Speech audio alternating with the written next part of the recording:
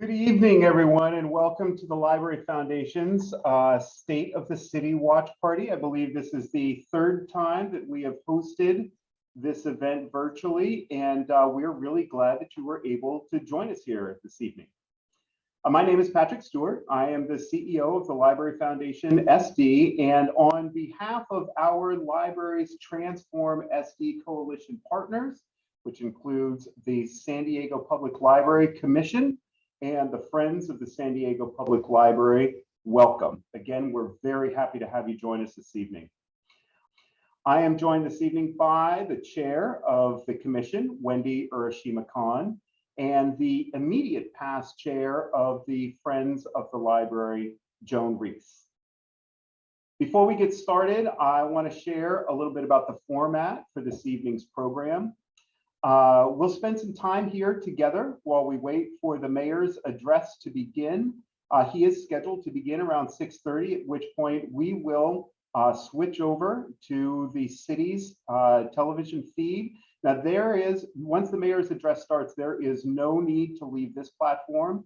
You'll be able to stay right here and view his address.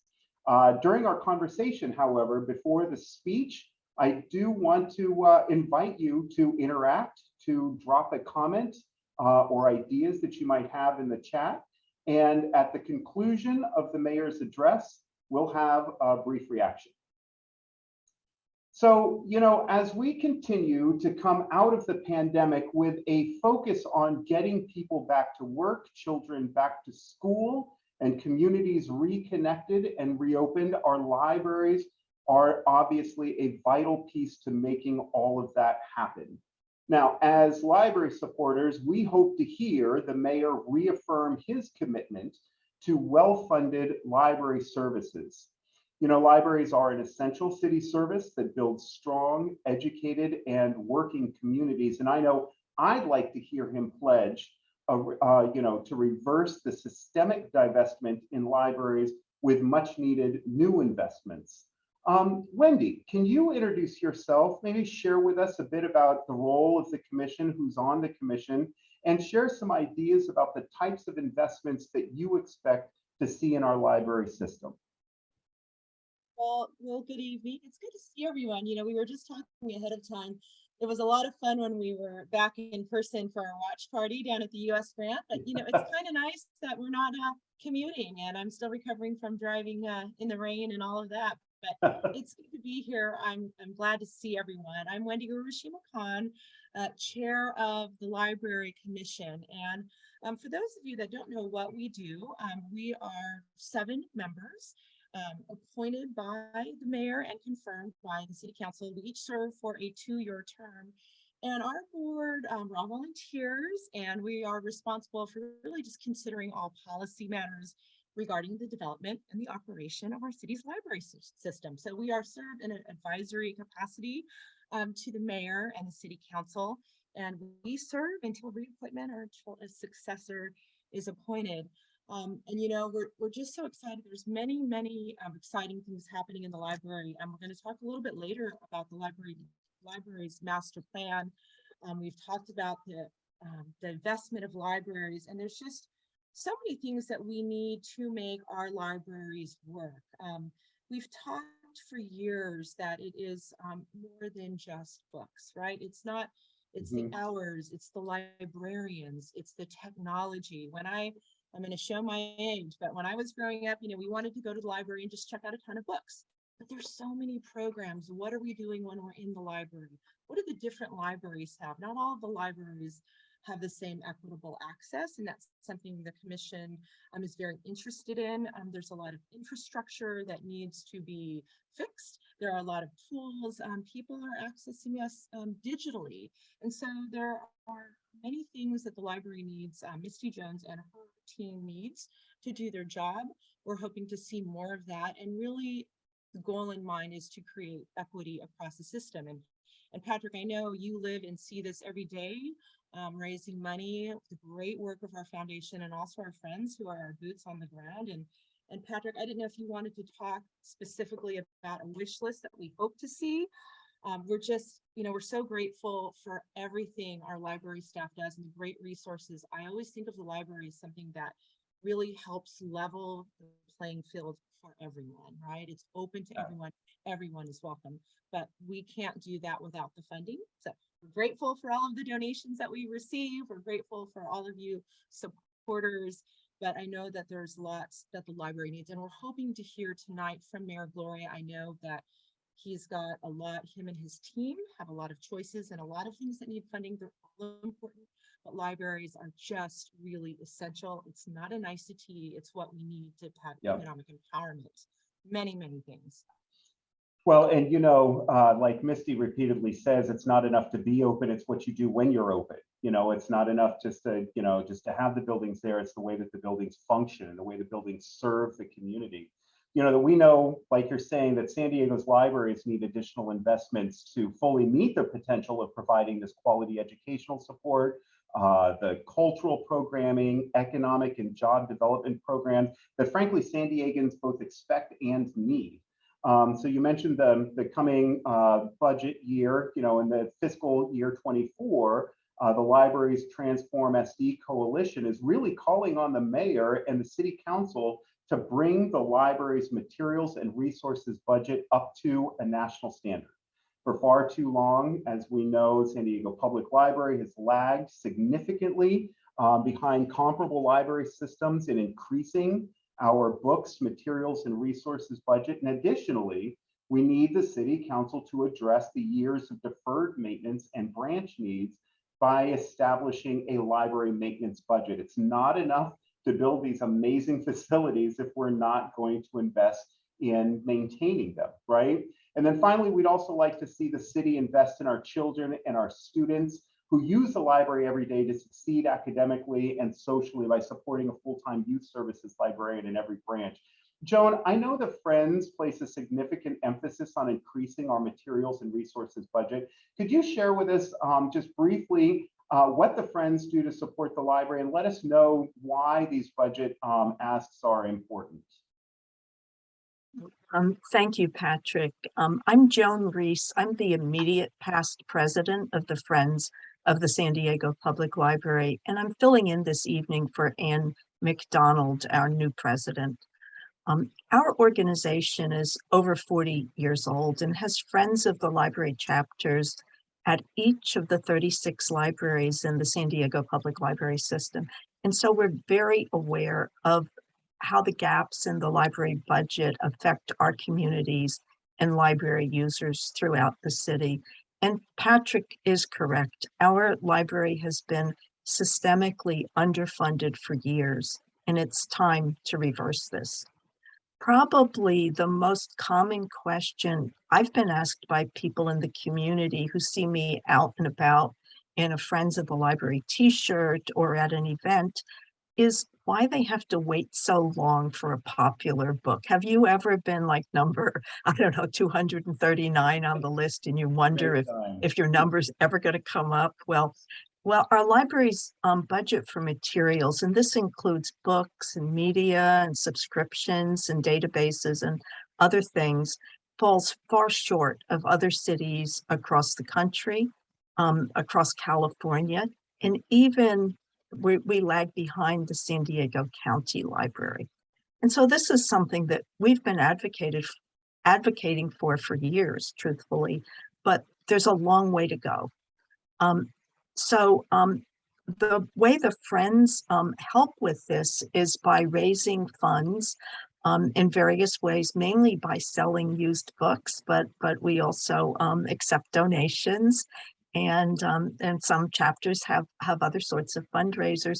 And most of the money that we raise, as we're an all-volunteer organization, essentially all the money we raise goes to support the library. But a good part of it, because we try to be really good stewards of our funds, and so we invest by making donations in the city's matching fund program, which is something that you'll hear about later perhaps. We talk about it every year. And it's something very special about San Diego, where we do have the opportunity to have donations from the Friends and from private donors matched by the city. And the Friends, that way we can, essentially double the impact of the donations. And just so you know, approximately half of all the new books that are purchased every year for the libraries across the city are made possible by the donations of the Friends and other donors through matching funds. So the city's general fund, even when you count these private donations and Friends donations, that our city lags behind other parts of the country. So that's city money plus private money for the materials. I also want to talk about maintenance, because that's something that we really care about. Appropriate maintenance of our beloved library facilities has been sadly neglected for far too many years. My local branch library is a perfect example of why this is such a problem. Although I still fondly think of it as a beautiful new library, because I actually saw it built. I was a young mother raising kids, young kids in San Diego at that time. It's I really need to face the fact that it's almost 30 years old and has seen better days. For example, we've had spaces that have needed to be closed off due to leaks and crumbling plaster, and we now have a broken window that has been boarded over for quite a while, which is not only unsightly, it's just as a kind of a comment on how we care about the investment in our buildings. We as the city fathers, I think, here, city fathers and mothers. Anyway, I won't even talk about the carpet. Yeah. But just to say that our Friends group has stepped up and helped, fund some improvements that allowed one of the spaces to be reopened. And we're now looking at funding new carpeting for the community room, because there's just not money in the city budget for it. But this is nothing compared to issues at branches that are even older. And I have visited every branch library in the city, and so I'm really familiar with a lot of the issues. So that's why we need an actual budget for library maintenance so badly. The other thing I want to talk about is the issue of equity. We all, but especially the Friends of the Library, are very much focused on equity and bringing up library services in all of our communities so that we all enjoy the same level of resources and services. So this year we will be advocating for a full-time youth services librarian at every branch. The children and teens in every community across the city deserve this. And I will be advocating for this as a pediatrician, as a parent, a grandparent, and a citizen. And I hope that you join me. Now back to you, Patrick. Thank you. You mentioned we've got just a minute or so left, but you've mentioned some of these vital issues, as we wait for the mayor's address to begin. I want to remind everyone that the Library Foundation, the Friends, the Commission, we're all supporting the development of a new library master plan currently. And we're in the phases community engagement stage, and we're hosting a feedback session at each library branch from, we started at the end of November, we'll go through the middle of February. And would love to have you attend. There'll be a link in the chat to the I'm checking to see if he's started yet. There'll be a link in the chat to the schedule, and would love to have you participate if you can. This is a really important process, as it allows the department to address exactly what you're saying: outdated branches, equity, maintenance, providing a roadmap to sustainable funding. Wendy, as we're still waiting for the mayor to come on board, maybe as chair of the commission, could you share with us how this fits into the commission's plan for a vision for 21st century libraries? To echo what Joan was saying, we have the opportunity to hear from the community. Our commission meetings are always open to the public, and we are always hearing from our different branches. Like, but what about our branch, right? And the difference was staggering, and equity for us is also a key issue. So really, thanks to all of you for contributing your thoughts and ideas to phase 1 of the master plan. This is your master plan. It's not my plan or Joan's plan or Patrick's plan. It is all of our plan to reflect the community, what you would like to see. They are not, we're not starting yet. You can go on our Library Foundation website to see where the branch is closest to you, where you can participate. It's really, the plan is really our roadmap. It's our long-range vision. It's our strategy for our facilities, our technology, our program investments. And we want it to be equitable across the system, no matter if you are north of the 8, south of the 8, the age of your library, the size of your library. I mean, we've heard some crazy stories. We're like, you put the book in the slot and it falls where? And then you got to bend down instead of floor in a hole. I'm like, oh my gosh, right? I mean, we're working on it. We're working on it. And so when we have this plan, it will help just create that roadmap so we can make it more equitable. So libraries are essential and equitable to everyone that would like to access them. But I'm really thankful for this group. The friends really are just, again, our boots on the ground.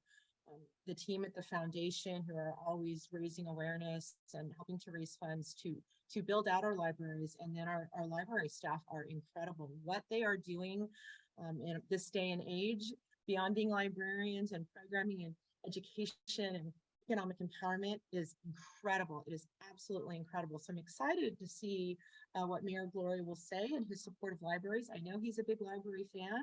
I know he's got some tough people out here.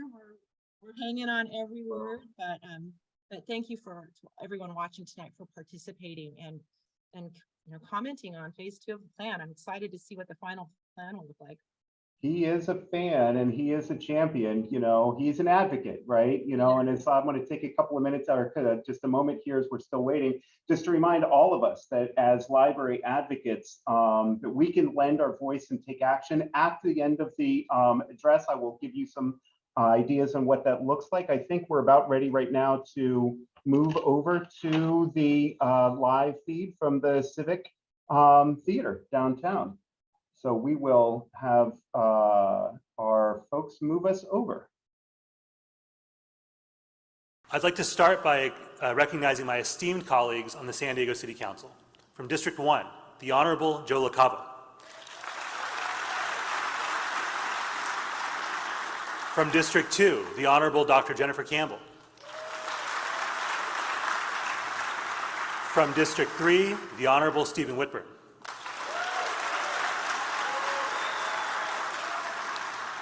From District 4 and our City Council President Pro Tem, the Honorable Monica Montgomery Stepp.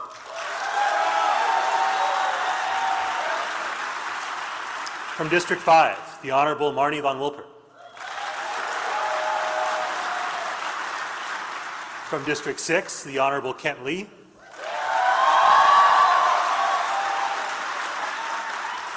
From District 7, the Honorable Raul Campillo.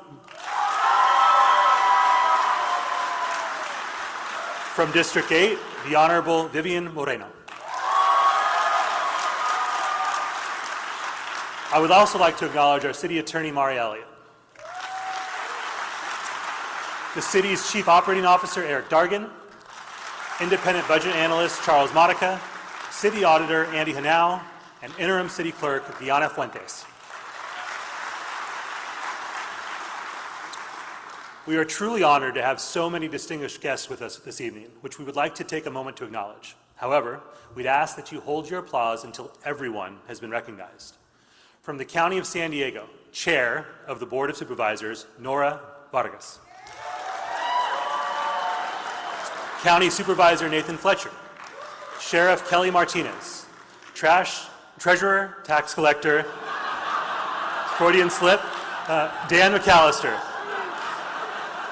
Assessor Recorder County Clerk, Jordan Marks. From the City of Imperial Beach, Mayor Paloma Aguirre. From the City of Lemon Grove, Mayor Raquel Vasquez. From the City of Chula Vista, Councilmember Carolina Chavez. From the San Diego Unified School District, Board President Sabrina Bazo. Board Vice President Shana Hazan. Trustee Dr. Cody Pedersen, Trustee Dr. Sharon Whitehurst Payne, student board members Leah Nepomuceno and Matthew Catoriano, and Superintendent Dr. Lamont Jackson. From the San Diego Community College District, Board Trustee Craig Milgram and Board Trustee Mary Graham. From the Sweetwater High School District, Board Trustee and former San Diego City Council member Marty Emerald and Superintendent Moises Aguirre. From the San Isidro School District, Board Trustee Irene Lopez and Superintendent Gina Potter. From the Poway Unified School District, Board Trustee Dr. Dashana Patel. From the Sequan Band of the Kumeyaay Nation, Chairman Cody Martinez. From the Ipe Nation of Santa Isabel, Councilwoman Vanessa Crispin. From the Rincon Band of Luiseno Indians, Vice Chairwoman Tishmal Turner. From the San Diego Consular Corps, U.S. Consul General Thomas Riot, Deputy Consul General of Mexico, Gilberto Luna Moises, Honorary Consul General of Estonia, Michael Chan, and representatives from the Government of Portugal.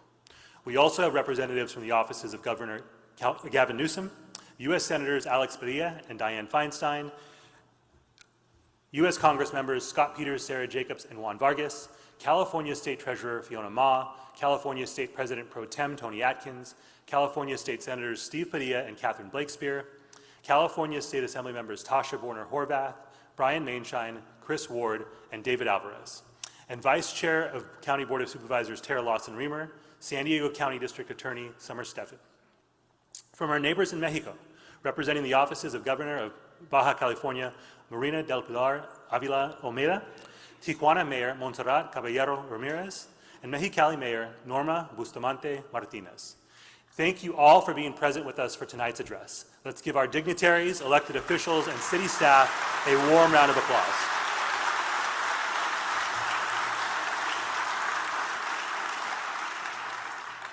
To begin tonight's ceremony, we respectfully acknowledge that we are on unceded Native American land.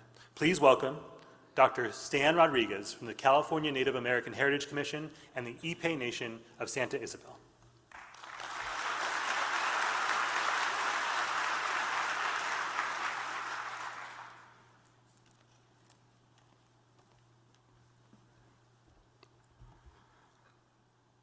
Marahal Billy Peña Marca Mitch Pili, the 14 años que va a vivir. Marahal Mayas, never as you told me the way to go. Sepo Kenya, Yep Quay Pai, Yemit, Sepo Kenya, Chama, how Maat, Mayuma, Ipeña Mapisho, Yedipe Cham, Ipeña Mit. The Voyager Khan, your Pomekanap and Chahaya Khan. Creator of all, your breath brings life into the universe. You are known by many names. All that we know and we do not know has come from you. We give thanks for another day of life as we come to this place from our four directions. We ask that you look upon Mayor Todd Gloria, bless him in his mind, in his heart, in his body, as he continues to move forward as a servant of the people, to take care of the people, help all of us in this way. So we ask that you bless him. Ohayi.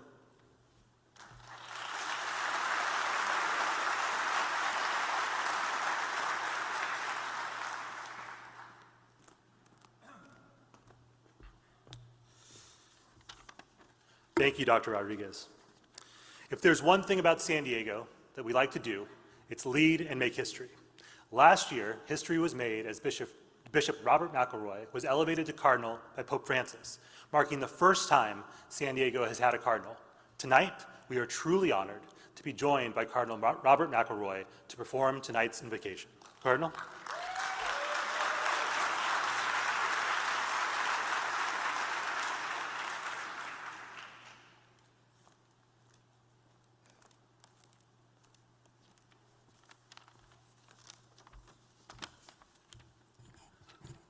Lord our God, you have graced our city with an abundance of blessings. the beauty of nature that surrounds us, the cultural diversity that enriches us, the economic vitality which gives us prosperity, the creativity and drive that energize us as a community, and the solidarity that makes us one. As we begin this new year, let us see in each of these blessings your call to continually renew our social compact by bringing to the center of our vision the poor and the marginalized, the homeless and the suffering, immigrants and refugees, victims of crime, and those who are outcasts in the world that we have created. For in doing so, we will lay the most powerful foundation for a genuine and profound realization of what greatness means for a city and of what true beauty means for a civic community. Lord, we pray for our mayor, for our city council, and for all our public officials who carry out the noble task of service and leadership in an often polarized world. Grant them wisdom, compassion, strength, and patience. Above all, give them courage, vision, and integrity. O God, our city is the intersection of the cultures of Latin America and the peoples of the Pacific. Make us truly a bridge to the world by ceaselessly building bridges of solidarity within our community in justice, peace, and compassion. Through you who live and reign forever and ever. Amen.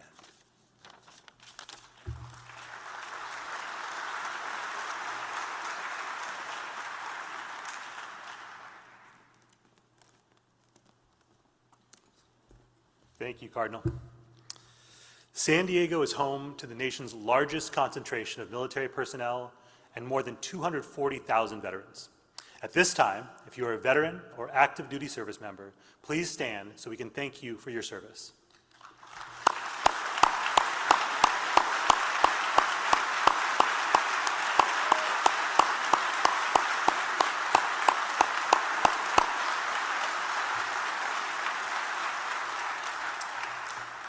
Now, I'd like to ask everyone in the theater to please rise for the entrance of the Naval Base San Diego Color Guard, and please remain standing for the Pledge of Allegiance and National Anthem. Color Guard, please present the colors.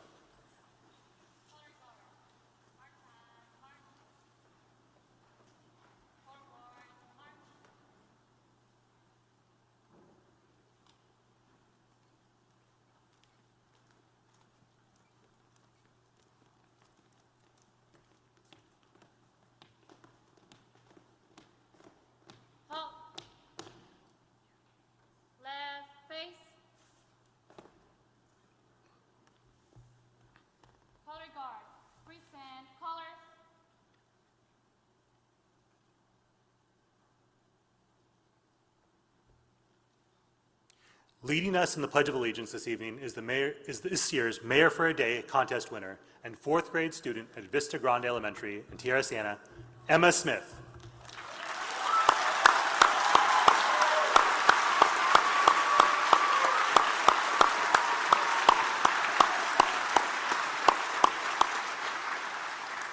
Please put your right hand over your heart.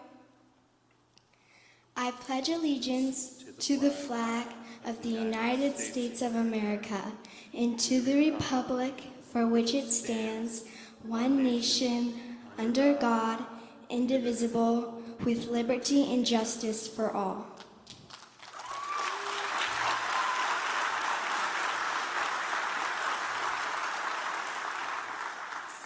Thank you, Emma. To perform our national anthem, please join me in welcoming Karan and Naveed, twin TikTok sensations with over 2 million followers online, but most importantly, San Diegans from Rancho Peniquitos.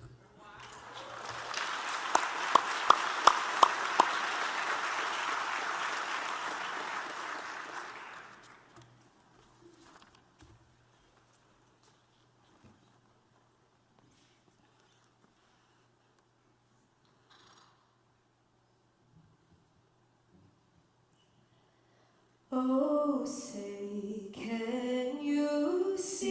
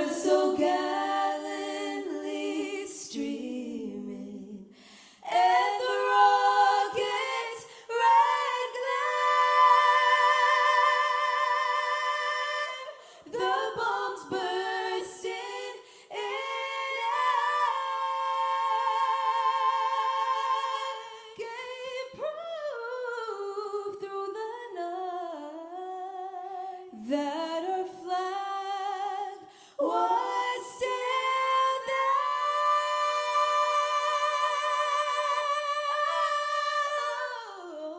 Say, does that star-spangled banner yet wave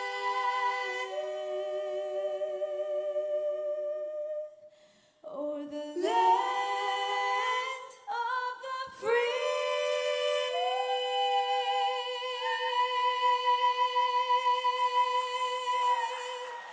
and the home of the brave,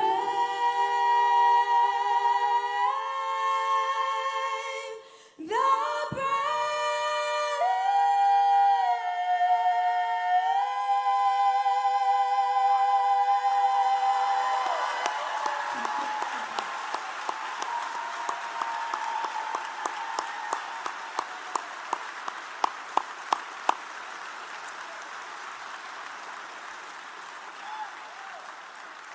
Wow. Thank you, Karan and Naveed. Color guard, please retire the colors. Color guard, shoulder colors.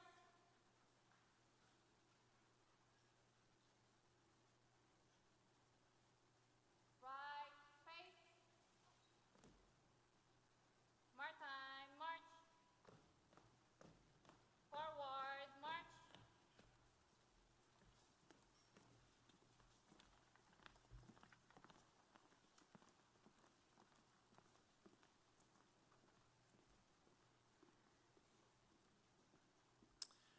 You may all be seated.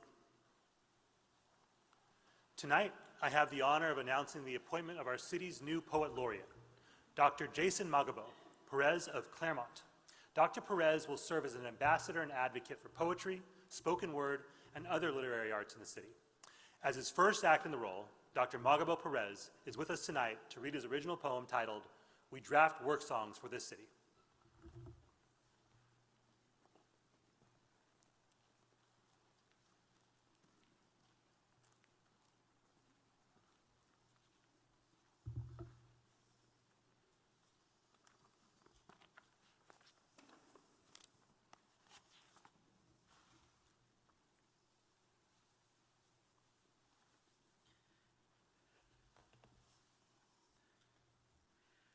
We draft work songs for this city.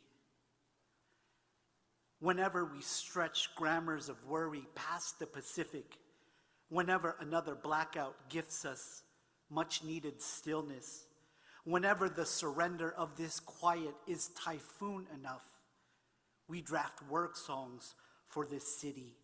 Mighty we of rough draft futures, mighty we in Rivermouth of rush hour traffic, we of protest chant and scrapyard syntax. We draft on the corner of Black Mountain and Mira Mesa, here on a sidewalk of torn shoelaces and lost grocery lists. We draft blueprints for survival. We survive on the smell of beef broth, the smell of basil, of turmeric, of cilantro, of carne asada, of freshly cooked rice, of steamed bok choy, of freshwater fish, of deep-fried rice paper. We work song at this bus stop for students. We work song at this bus stop for tech workers, this bus stop for lolas y abuelitas. We work song in tin drum glottal syllables of distant motherlands. We draft litanies at every streetlight altar. We draft verse on napkins and reused plastic grocery bags. Wherever there are elders playing chess and waxing geographic outside the donut shop, whenever much needed stillness promises a new hour, whenever the Pacific knows to rupture the shoreline, whenever typhoon is fractal hum in chest, we draft work songs for this city. We, raw material literatures, we, distillation of after dreams, we, swap meet philosophers. We draft work songs on the corner of Genesee and Claremont Mesa. We draft of gutters scattered with pink boba straws and dried palm leaves. We draft for mothers and their children hustling bouquets of carnations from the bicycle lane. We draft for parolees in orange vests selling local tribunes from the center island. We draft on Murray Ridge where a family sells roses and chocolate from a white bucket. whenever the small hour calls collect, whenever ruptures in the line set us free, whenever hum in chest arrives as ghost in throat, we draft work songs. We whose hands wash sky, we who grow gardens and gardens against worry, we whose mighty ache remakes history. We draft work songs here in the alley off University behind 49th. We draft of a perfectly reusable red plastic slide, of a car full of birthday balloons, of a small hill of middle grade paperbacks, a gold purse full of fresh broccoli and rubber gloves, a black tote bag stuffed with wet lettuce and white surgical masks. We draft at the backyard family parties and block-wide barbecues. We work song where it smells of fresh tires and flour tortillas, where dried lemon rinds stick to pavement. Work song of clean chicken bone wrapped in foil. Work song of rain-soaked box springs. Work song for the infamous hot Cheetos burrito. Brush Fire Fabulous work song on the graveyard shift, survivor song, song of the parking lot nail salon, work song of the underfuture, heavenly pho outside between two buildings work song. We draft as patrol cars cram the alley. We draft as protest medics cram the alley. We draft as Muslim cabbies double park their Priuses outside the mosque, outside the taqueria. Work song of a child chasing mosquitoes with a hammer. Wherever a community of uncles gathers in the shared parking lot of the banh mi shop and Somali restaurant. Wherever we feel that lived intensity of interior traffic. Here sings the lettuce picker, here sings the strawberry picker, here sings the bellhop, the postal worker, the custodian, the hotel maid, groundskeeper, landscaper, gardener, construction worker, nurse, teacher, waiter, dishwasher, bus driver, grocer, labor organizer, mechanic, therapist. Here sings the nanny, here sings the refugee, here sings the native, here sings the migrant. Oh, what work, oh, what song, oh, what city. When our utterance is archived, when there is historical reckoning, when we demand nothing short of the collective joy. And here we are on native land. We draft work songs for this city. We draft work songs for this city. We draft work songs for this city.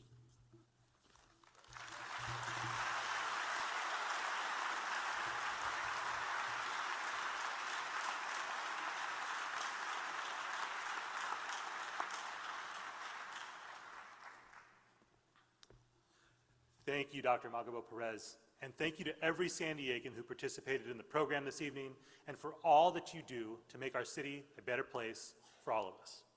It is now my distinct pleasure to introduce the 37th Mayor of the City of San Diego, Mayor Todd Gloria, to provide the State of the City address. Mayor Gloria.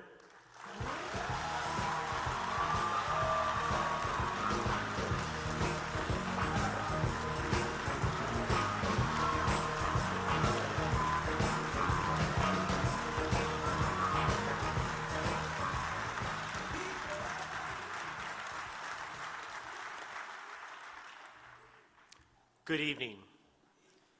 City Council President Elo Rivera and members of the City Council, City Attorney Elliott, Chief Operating Officer Dargan, distinguished guests from throughout California and the region, local tribal leaders, military leaders, and officials from Baja California and around the world, our dedicated city employees, my family, including my mom and dad, who are here in the front row.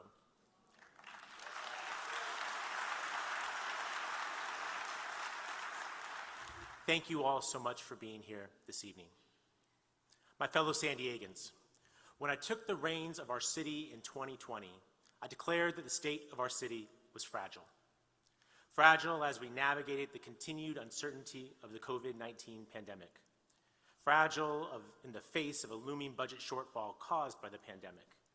And fragile as a result of a host of civic issues left unaddressed. Last year, after successful efforts to get San Diegans vaccinated, after securing federal aid from the Biden-Harris administration and Congress through the American Rescue Plan, and after finally checking off items that sat for years atop a long civic to-do list, issues like short-term vacation rentals, the Barrio Logan Community Plan, sidewalk vending, and more, I declared the state of our city was ready. Ready to recover, ready to rebuild, and ready to continue solving the tough problems we face together. Tonight, I'm honored to be with you to deliver my third State of the City address as San Diego's 37th mayor, and my first in person with a live audience.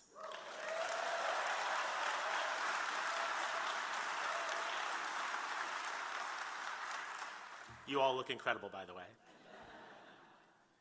That we're here together again is a testament to our progress, our triumph over the COVID-19 pandemic, driven by our determination to be together, to work together, to rebuild our city and embark on a new era of prosperity. When I became your mayor, I pledged that I was coming to City Hall to get things done. I promised to tackle the challenges that we face head on with a sustained effort in order to make real change. And I pledged to listen to communities that have long been neglected by City Hall and to take action on their behalf. That neglect has long been evident in the city's lack of investment in infrastructure and the impacts it has on our daily lives. A bent car axle caused by a pothole, a boiled water order because of a ruptured water main, concerns about walking in neighborhoods because of broken streetlights or buckled sidewalks, or a complete lack of sidewalks, as was the case for Danielle and Tommy Walker of Paradise Hills. Danielle and Tommy are the proud owners of several small businesses, including the Mental Bar, a coffee house in the Black Arts and Culture District. For years, the Walkers, like so many residents of our southeastern San Diego neighborhoods, wanted their community to be beautiful, free of weeds and graffiti, and revitalized with street repairs and new streetlights and sidewalks, not only in Paradise Hills where they live, but also in Encanto where they work. They watched with dismay as their neighborhood's full potential went unrealized. So, entrepreneurs that they are, the Walkers joined the Project Rio Collective, an informal neighborhood group, and Tommy began serving on the Paradise Hills Planning Committee and Park and Recreation Board, all with an eye toward improving their community. It's been a long time coming, but with the commitment and partnership of Council President Pro Tem Monica Montgomery Stepp, I'm pleased to report that we're getting it done. More than 1,200 feet of new sidewalks, fresh new streetlights fixed and new freshly paved streets all underway as we speak. The Walkers are here with us this evening, and I want to take this opportunity to thank them and their neighbors for their persistent advocacy on behalf of southeastern San Diego. Thank you to the Walkers.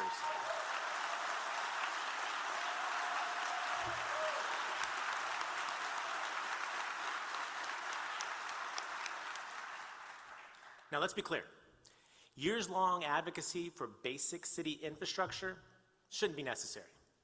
And that's why from day one of my administration, I have focused on bringing infrastructure upgrades, maintenance, and repairs equitably to every community.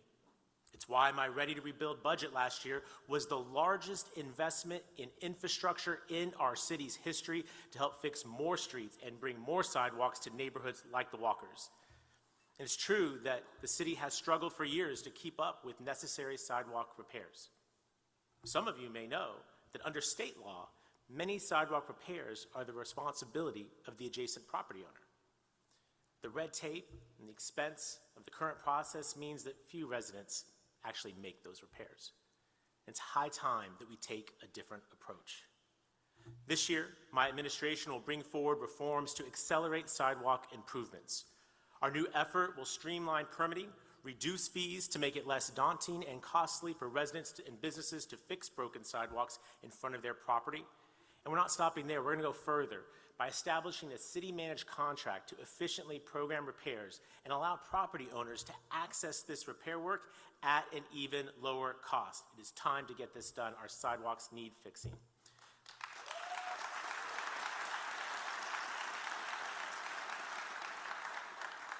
Now, with me talking so much about sidewalks, I hope that you don't think that I've lost that love and feeling for road repair. You know Todd, Gloria. I'm still with my fellow San Diegans in our continued quest to fix the damn roads, and we are getting it done.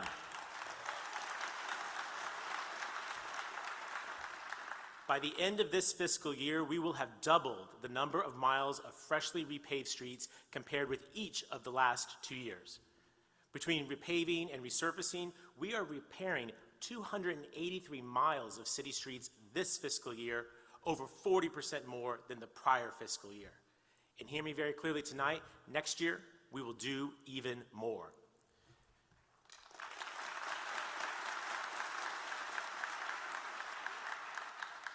Now, while we dedicate more taxpayer dollars to road repair, we must also hold others accountable for fixing our streets when they dig them up. We've all seen it.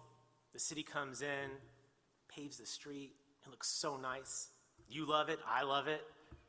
And soon thereafter, a utility or construction company digs it up to access underground pipes or wires.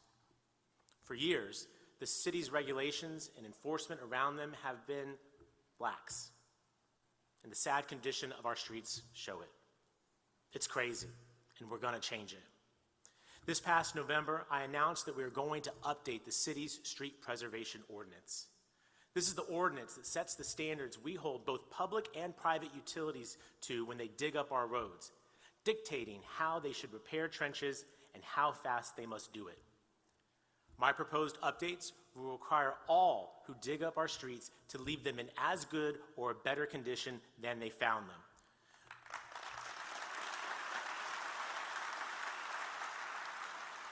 I'm working with industry to tighten the timelines on temporary patches, make full repairs happen more quickly, and require closer coordination to avoid multiple rounds of repairs. And it's a simple concept. If you break it, you got to fix it.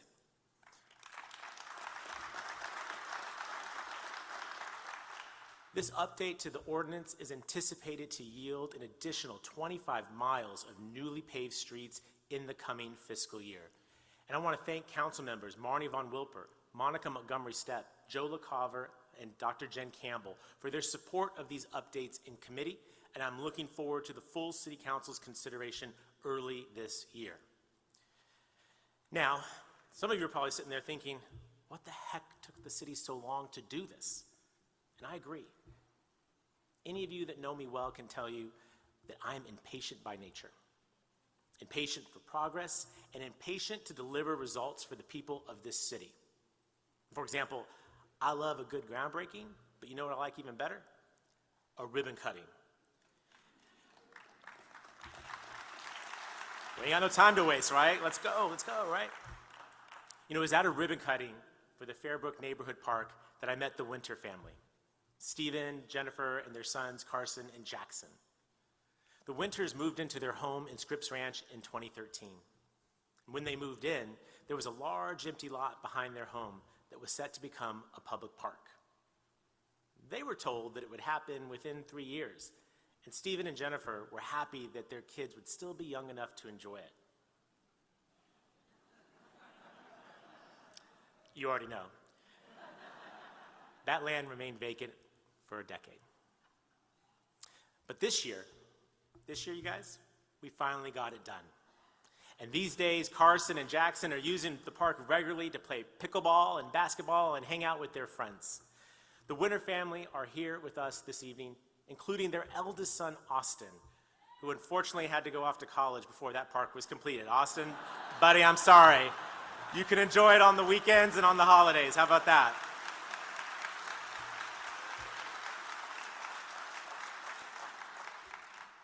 We're working to make sure that families like the Winters won't have to wait so long for neighborhood improvements. In fact, Fairbrook Neighborhood Park was one of 9 new parks that we opened in 2022, and we completed upgrades on 15 more. This was more park improvements than the city's completed in any of the past 6 years.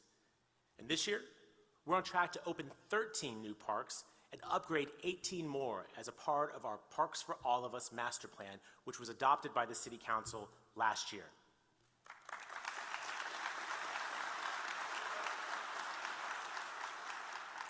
It's not just parks. Construction is underway on the new Torrey Pines Fire Station, and we've begun work on both the Skyline Hills and Fairmont fire stations. We also broke ground on the new Branch Library and Pacific Highlands Ranch and secured funding for the new Oak Park branch And yeah, give it up, Oak Park. Oh, I'm into that. I'm into that.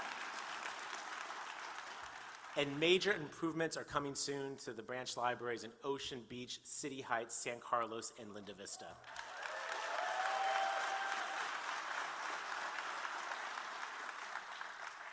I'm so happy to see this progress all across our city, and I've empowered our city staff to find more ways to get things done faster.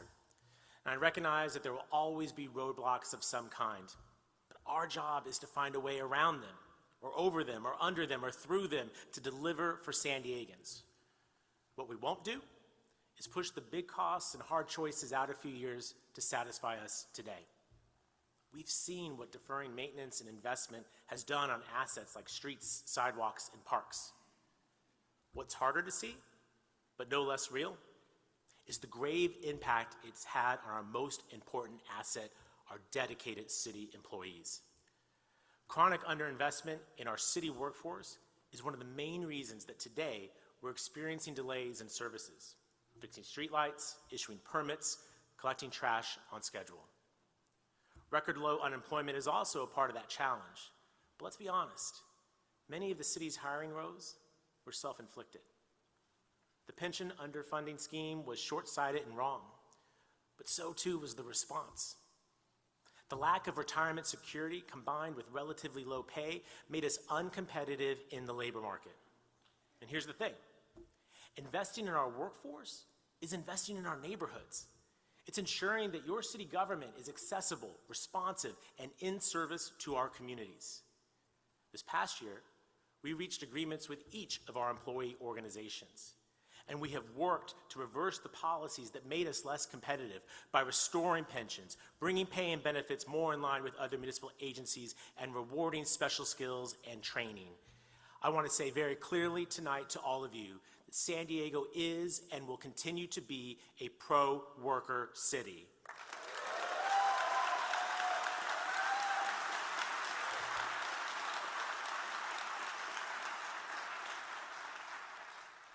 Full staffing is important across all of our city services, but it is absolutely critical for public safety. When anyone in our city calls 911, you should get a fast, effective response from a well-trained, well-equipped first responder. And our city is truly blessed to have some of the most dedicated and committed first responders serving the people of San Diego, many of whom are here this evening. Would you give it up for our police officers, our firefighters, our paramedics, our lifeguards? I thank every single one of you and all of our city employees. We thank you, we value you. You make our city work, and I'm grateful. Let me brag on them a little bit. Last year, our firefighters and our paramedics responded to over 180,000 emergencies. Our lifeguards performed over 8,000 water rescues as they guarded the safety of 21 million people at our beaches and bays. Members of our fire rescue team are in Northern California tonight, saving people and property in the storm. In the contracts approved this year, we provided our first responders with a 10% raise, showing that we value their life-saving work and are committed to making their compensation competitive with other regional agencies. And as a part of our effort to reach full staffing in the police department and address a chronic shortage of officers, an issue that the city has been dealing with for over a decade, we're also looking beyond compensation. Last year, thanks to the leadership of Senate Pro Tem Tony Atkins and the Police Officers Association, the city began construction on a child care facility for the children of police officers, the first of its kind in the nation.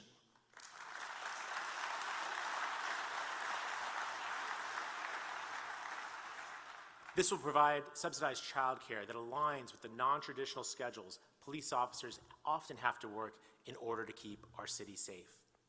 We've also stepped up our recruiting efforts, and we have more women and people of color coming into our academies than ever before.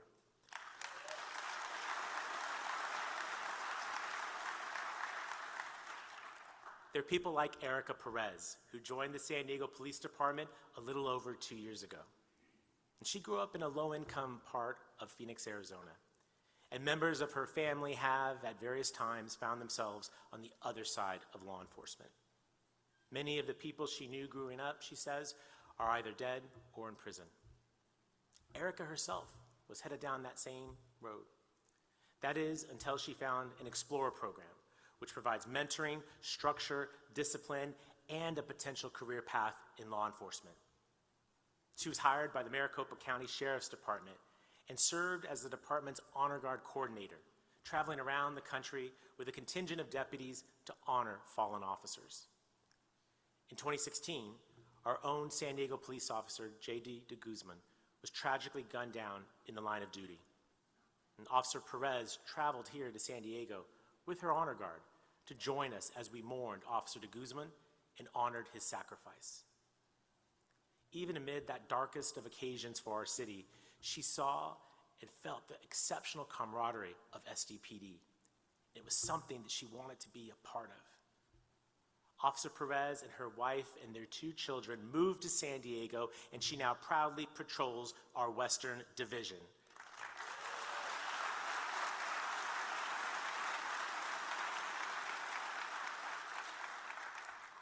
She says her goal each day is to humanize the badge, and as she puts it, treat everyone, no matter their circumstance, with dignity and with respect. Officer Perez and her family are here with us tonight, and she embodies our efforts to recruit and retain dedicated public servants who will help the department build trust in the neighborhoods it serves and keep all of us safe. Thank you, Officer Perez. Thank you.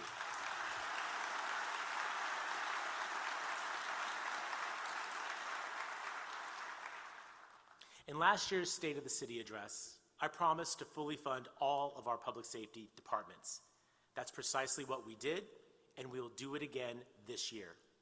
And tonight, I'm pleased to report that unlike most other big cities, San Diego saw our crime rates go down last year. Overall crime decreased by 7.5%. Property crime went down by 9.7%, and the most serious violent crimes were down 13%.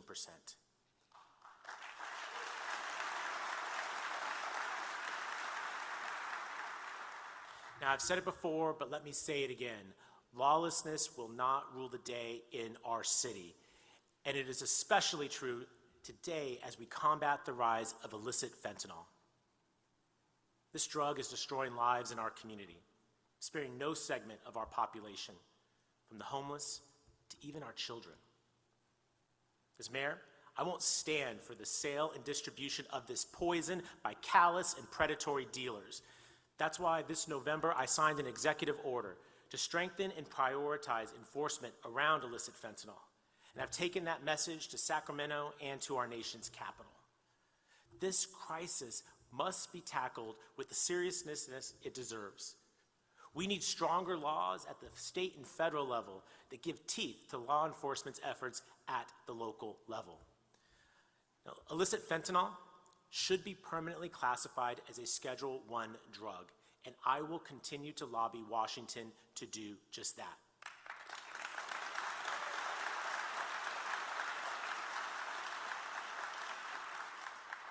Consider that right now the federal government classifies marijuana as more dangerous than fentanyl or methamphetamine. It's crazy, it does not make any sense, and it has got to change. Our current laws don't fully,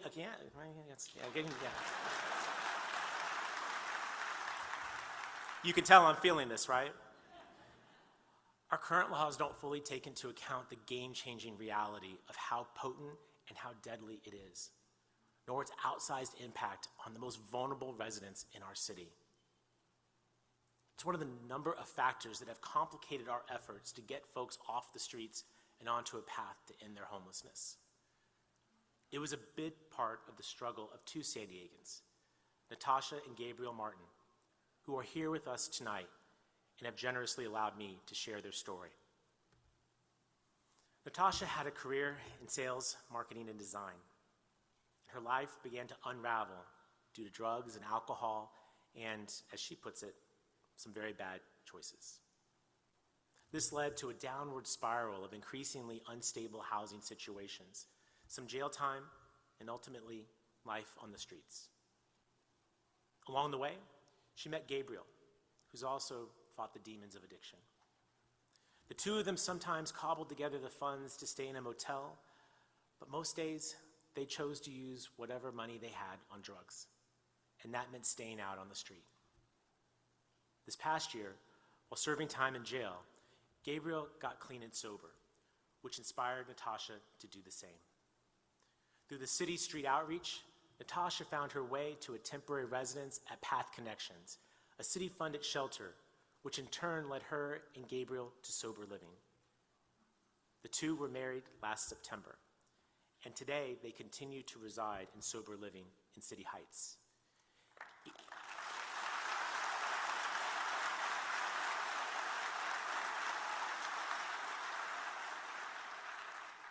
Each day, Natasha and Gabriel lean on each other for support. With each day comes the decision to not use drugs. And each day they find a reason to stay clean and sober. So to Natasha and Gabriel, what you are doing is incredibly difficult. And it takes tremendous courage and real strength. But tonight, I want you to know that I speak for our entire city when I can say, we are rooting for you. You've got this. We've got your back. We believe in you. We are so proud of you.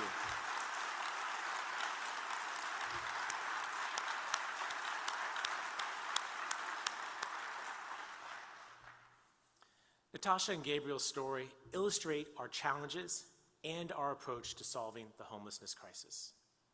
Each unsheltered person has a unique set of circumstances that cause their homelessness. Job loss, eviction, simply not making enough to afford a place to live. And of course, there's addiction, trauma, and mental illness. While mental illness strikes in every community, just imagine how much worse it is for people who struggle every day to meet their basic needs.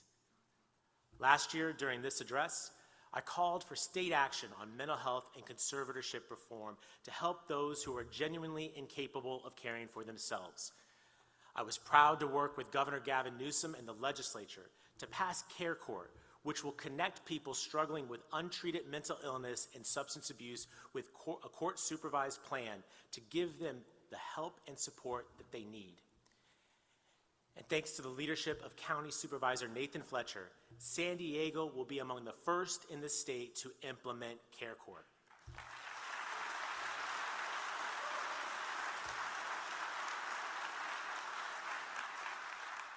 This is big stuff. This is the biggest overhaul of mental health in the state of California in over half a century. It's a significant step in the right direction, but we can't stop there. Last year, I partnered with State Senator Susan Eggman on legislation that would reform California's outdated conservatorship laws. And we came close, so close, but fell just short. However, I'm undeterred. I will be teaming up with Senator Eggman once again to reintroduce legislation on conservatorship reform in California. And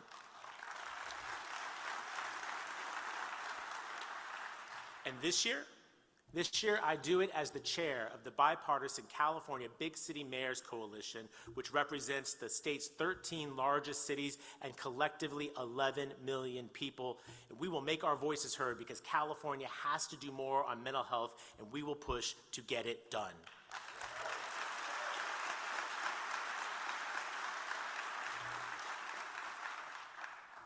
With all that said, as we do that work, we still have to address the here and now. This includes the extreme health and safety issues posed by homeless encampments on our sidewalks. I know that the majority of San Diegans share this concern. It's not okay for children to have to walk in the middle of the street past encampments just to get to their school. And we cannot expect people whose homes and businesses are surrounded by encampments to just put up with their impacts. It's why I've instituted an order to take down tents during the daytime, to keep our sidewalks passable, and to discourage hoarding. We've tried hard to keep our streets clean, with our environmental services crew coming through and cleaning up debris and collecting unwanted items. I am so grateful for these hardworking city workers who have taken more than 2,800 tons of refuse off of our streets, making them both cleaner and safer.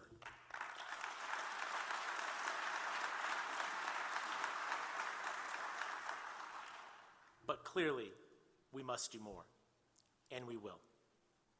In 2021, we launched our Coordinated Street Outreach Program. An intensive effort where trained outreach workers fan out to encampments across our city to connect them with shelter and services right on the spot.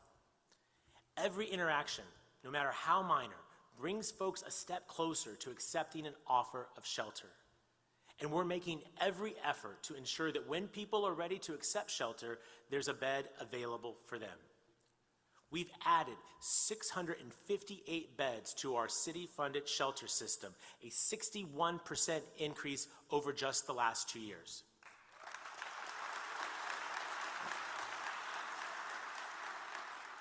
We've diversified our shelter offerings to meet the different needs among specific populations of people experiencing homelessness. A 150-bed shelter for adults, a 40-bed shelter for women, 2 bridge shelters for senior citizens, 2 shelters for those struggling with substance abuse. We've recently secured another motel that will soon begin serving families experiencing homelessness. For those who have vehicles but no homes, we've expanded our safe parking program, and we will soon add a 4th location to this system. And as promised, we are turning the old Central Library in downtown into an emergency shelter.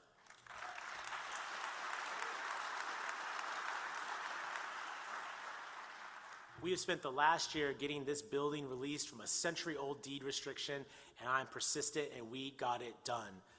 Long term, we plan to evaluate this site for use as more affordable housing, so I encourage you to stay tuned. It's time, right? It's important to note that all of our city shelters are low barrier to encourage folks to actually use them.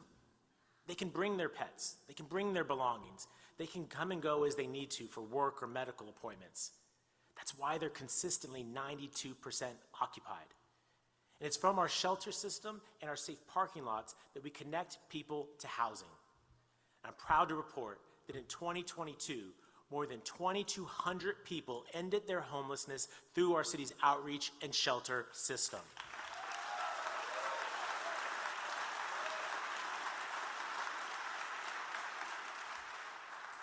Some went to temporary destination like transitional housing or treatment facilities, but the vast majority, nearly 1,900 people, moved into permanent housing.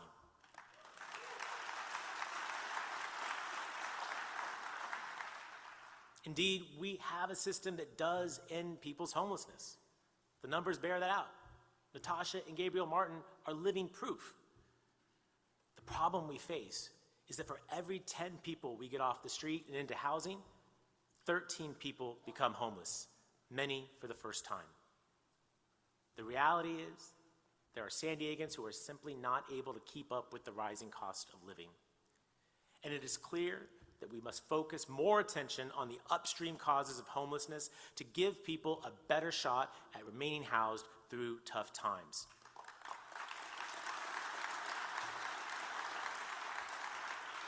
That's why this year, working in partnership with Council President Sean Ela Rivera, tenant advocates, and the rental housing industry, we are going to build out our recently announced tenant protection framework into a city ordinance that does more to protect renters than the city has ever done before.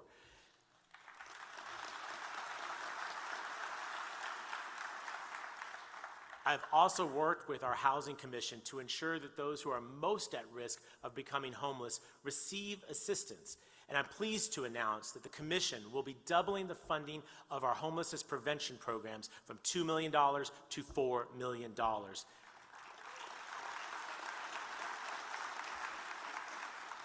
This will help an additional 250 households and will be prioritizing seniors, persons with disabilities, and families with young children. But I want to tell you the truth. Housing ends homelessness. Housing ends homelessness. More housing supply brings down the cost of rent. More homes open the doors of home ownership to more San Diegans.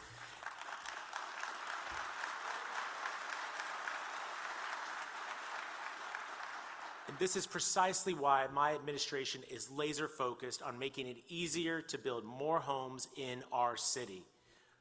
We all know where our failure to build more homes has gotten us. Sky-high rents, exploding homelessness, families moving out of the state, bright people leaving our city for lower-cost cities. It causes many of our residents to not see a future for themselves here. It breaks my heart. Aiden Lin is a prime example. Aiden is a 20-year-old student at UC San Diego.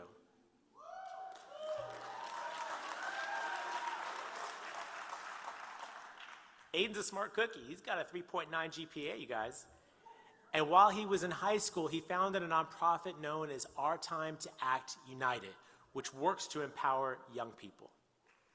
He's already deeply involved in the civic life of this city, advocating for the Asian Pacific Islander community, involved in citizen redistricting, and enthusiastically pushing for more housing and transit options. After graduation, give it up for Aiden. Yeah.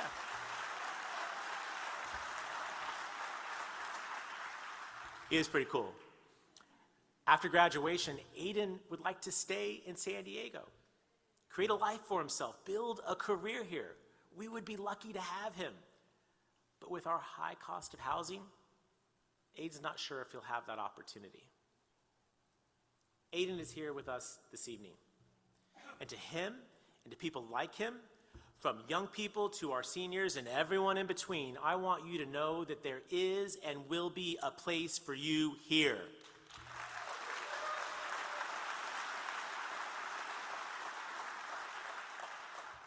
I am immensely proud that San Diego has recently been designated a pro-housing city by the state of California, one of just 7 cities to receive this designation, and by far the largest. And the really good part, it gives us the leg up when we were applying for state grant funding, so this is good for everybody, right? Get our fair share out of Sacramento. We earned this designation because we've demonstrated a clear resolve to build more homes.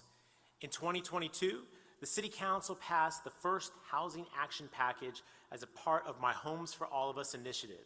And we wasted no time in developing a second housing action package, which I'll be presenting to the City Council this spring.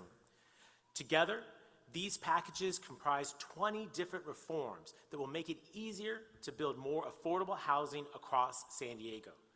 It includes measures to implement Senate Bill 10, a state law that enables cities to streamline projects near public transit that have up to 10 homes per parcel, to make sure that longtime residents aren't displaced as their neighborhoods grow and improve, creates incentives to build larger homes that are suitable for families, and to build more student housing for people like Aiden Lin.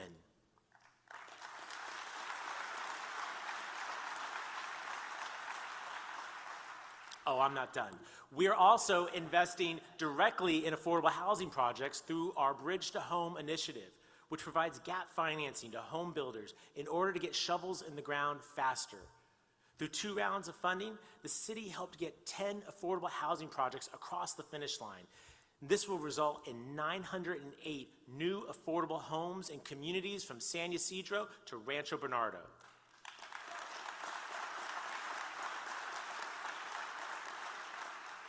We'll be announcing a 3rd round of projects later this year. In addition to Bridge to Home, other city programs are also helping us to get cranes in the air throughout San Diego. For example, in 2015, we created just 10 new homes through our Affordable Housing Density Bonus program. In 2022, this program created more than 1,800 new homes, about 450 of them set aside for lower income residents.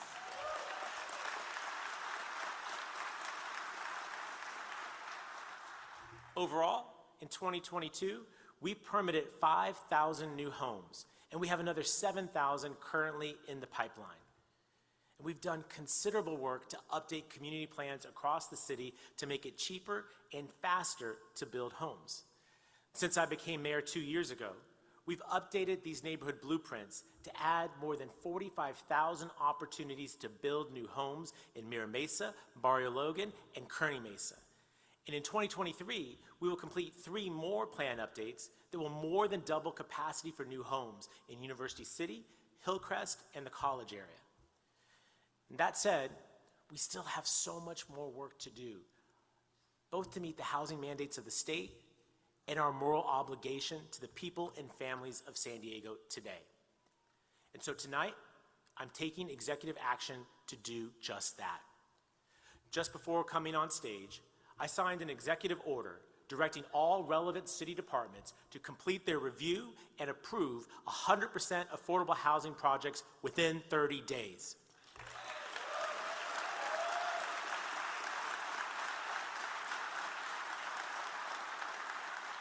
This is a crisis, and we're going to act like it.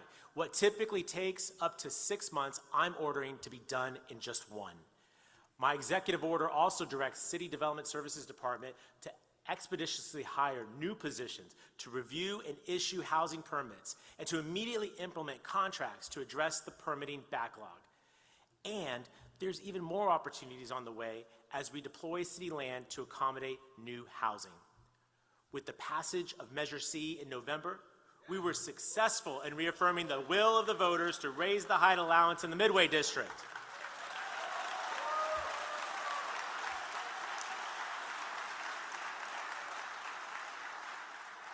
This will facilitate the redevelopment of our 48-acre sports arena property. And this redevelopment will not only bring a new world-class arena, but what's now an ugly expanse of asphalt will be transformed into a vibrant neighborhood with roughly 4,000 new homes, half of them affordable to low-income residents.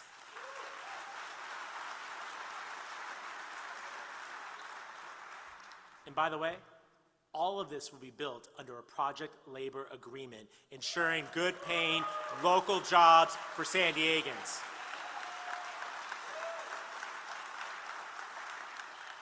And soon we will have a citywide project labor agreement thanks to council members Raul Campillo and Stephen Whitburn and building trades workers who helped lead Measure D to victory in November.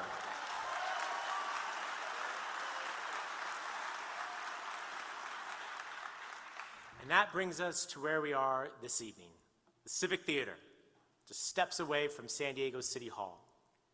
These 6 blocks in the heart of downtown present the opportunity to build potentially one of the largest new housing developments in San Diego. Last September, I assembled a committee of experts and community leaders to chart a course for a wholesale revitalization of this part of our urban core.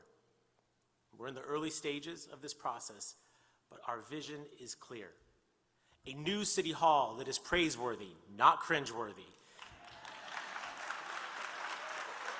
A civic center where San Diegans can come easily access their government and speak their minds at a council meeting or seek a permit for a home remodel. A city administration hub that provides suitable working conditions for city workers.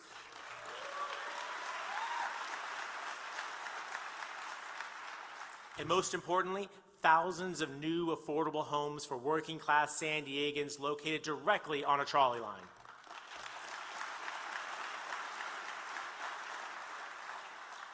This once-in-a-lifetime transformation will revive our downtown civic core, create a welcoming place of beauty and culture that will serve generations long into the future, and it is emblematic of that big city energy that we must embody as San Diego.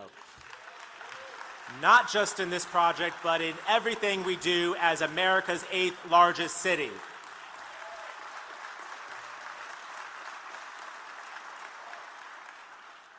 So tonight, you've heard me elevate the stories of several San Diegans who reflect the San Diego we are working to build. UC San Diego student Aiden Lin, Natasha and Gabriel Martin, Officer Erica Perez, Tommy and Danielle Walker, and the Winter family. Their stories speak to who we are and what we're striving to achieve. Delivering infrastructure improvements for our communities, protecting and serving our neighborhoods with the best and the brightest, ending homelessness one person at a time, building affordable housing for the residents of today and the generations of tomorrow. Their stories represent our hopes, our progress, and our future. My friends, they are San Diego.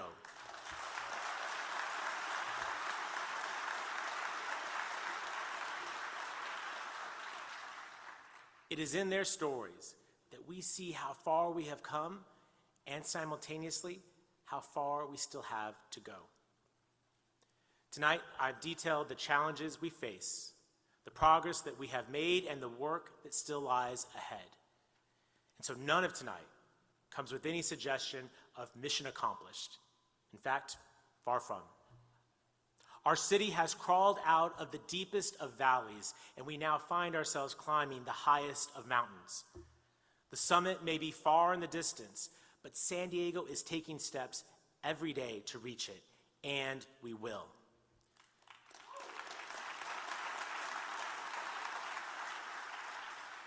We will, because what I know for sure is that this city, our city, has the resilience, the resolve, and the grit to scale that mountain.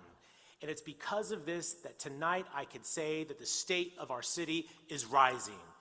Rising to the challenge of addressing chronic homelessness, rising to build more housing, rising up against the urge to say no because it's scary, but rising instead to meet the expectations of our neighborhoods, rising to confront the climate crisis, and rising to reach every resident with opportunities to grow and to thrive, rising above doubters to deliver real solutions to the most intractable problems that we face, rising beyond what we have been to become what I know we can be, a truly great city that works for all of us.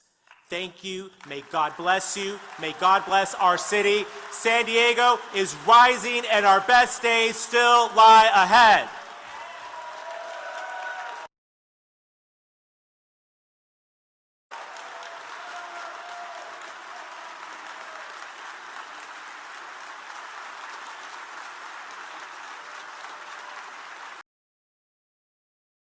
Well, I was certainly encouraged by the mayor's address, and I think as we heard during this address, the mayor is focusing heavily on the importance of core city services, which is absolutely important.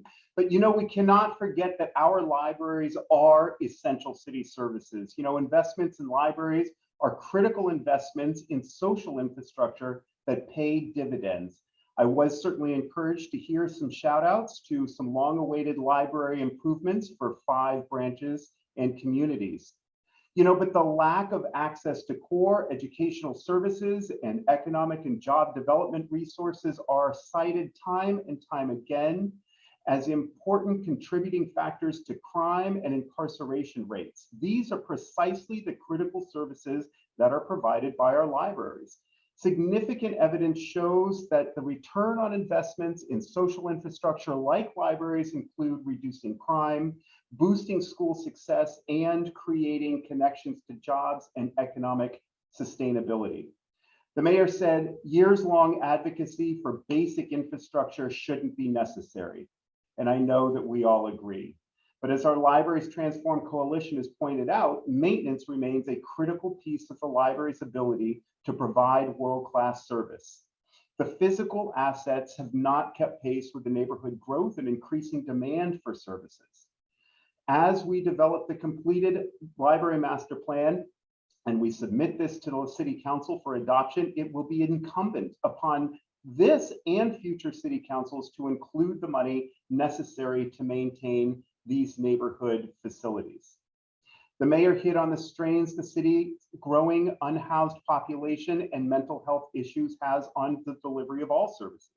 And this is true throughout San Diego, not just downtown, and it is also true in library locations beyond the central library. Library staff, as you know, are on the front line in addressing this issue. Library leadership has made it clear that they are there to serve everyone. The library also has made a commitment to address the issue from an equity standpoint. Clearly, the library cannot solve the homelessness issue, but the library can play an important role as a partner in addressing this issue. However, to do that, our libraries need additional funding and additional resources. We look forward to working together with Mayor Gloria and the City Council to ensure that these resources reach our libraries. As I was mentioning before the address started, as library advocates, you can lend your voice to this and take action. If you have not already done so, I encourage you to do so. Sign up to have pre-stamped postcards sent to you so that you can write a personal message about the importance of libraries and what they mean to you and mail them directly to our mayor and city council offices. Also, there are additional resources about the Libraries Transform SD Coalition and how you can get involved on our website, libraryfoundationsd.org. Regarding the postcards, we hear repeatedly from the City Council how effective this is to communicate the value and impact of libraries. At this point, I want to thank Wendy and Joan and our Libraries Transform SD Coalition partners, the Commission and the Friends, for joining us this evening. And more importantly, I want to thank each of you, library advocates, for supporting our library system. Thank you all for your support. Good night.